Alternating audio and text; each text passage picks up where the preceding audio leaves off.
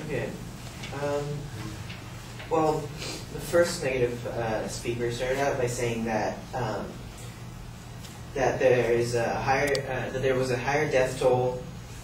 of alcohol drinking, and that we shouldn't make it more available to kids if there's already such a problem with kids drinking alcohol and getting poisoned. Well, I'm saying that the reason that kids are getting injured and getting alcohol poisoning is because of the higher drinking age, since they're not informed of the dangers of drinking alcohol and they don't know their limits and they don't have the experience necessary before they go into, say, a college atmosphere and go into unsupervised and uncontrolled environments where they're encouraged to drink excessively with drinking games and the likes. And that's when that's the reason that they're injuring themselves while drinking alcohol, is because of the lack of education, not because it's more available to them because of a higher drinking age.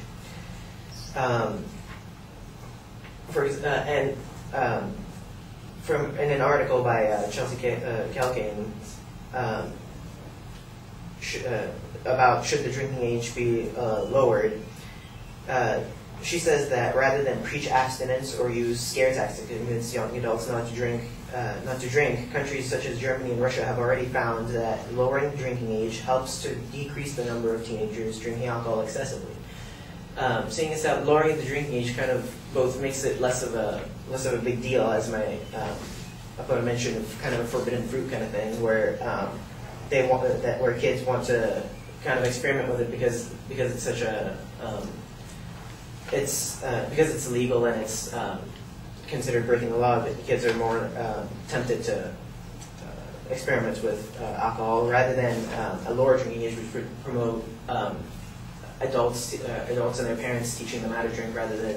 them just going into an atmosphere of lots of kids just drinking for the fun of it.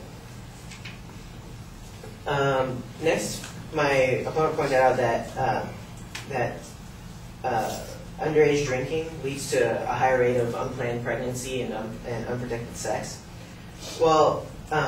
once again, this comes back to the whole idea of not being educated enough, not having enough experience. If the kids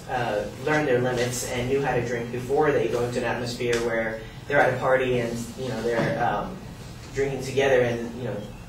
if they had experience before they go into that kind of situation, they would know better than to engage in such risky behavior. And something interesting that my opponent pointed out was that lowering the drinking age would cause economical damage to the country because of higher accident rates and higher medical bills. Well, as I've said before, the medical bill parts, it could be alcohol poisoning and the likes could be prevented by given the right education, and also an article titled "The Pros and Cons of Lowering the Drinking Age" by the Poststar on poststar.com says that enforcing the 21-year drinking age is expensive and inefficient. It would actually be more effective to spend money on educating youth about alcohol than to spend it on the enforcement of drinking laws from 18 to 20-year-olds. And you can see here that even in the economic perspective, spending money to educate kids on how to drink alcohol safely and not drink and drive can actually be a more productive use of our money, and it would actually reduce the probability of kids getting into accidents because of drunk driving and getting alcohol poisoning. There's also the fact that there's also an implication here that the higher drinking age causes kids to not drink and drive. And there's actually the same article by Pros and Cons of lowering the drinking age says that moving the minimum drinking age to 21 has simply shifted the risk of fatal accidents from teens to young adults between 21 to 24. The real change in behavior comes around 25, where when drunk driving statistics go down by a significant amount, and so from here you would either have to raise the drinking age to 25 or just make the logical choice and start educating kids at a younger age so that they make better choices.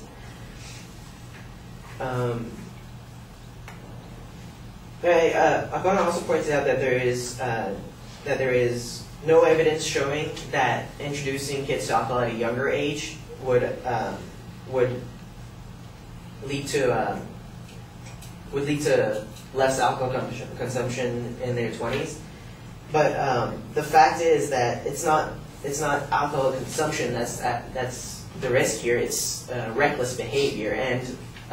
kids drinking in their 20s. By the time you get into your mid-20s, you already have your life now basically, and you know your limits. But it's the risky and dangerous behaviors of younger teens that we're worried about, and that we need to educate them about. And the best way to do this is to lower the drinking age to 18 so that parents can safely teach their kids about alcohol and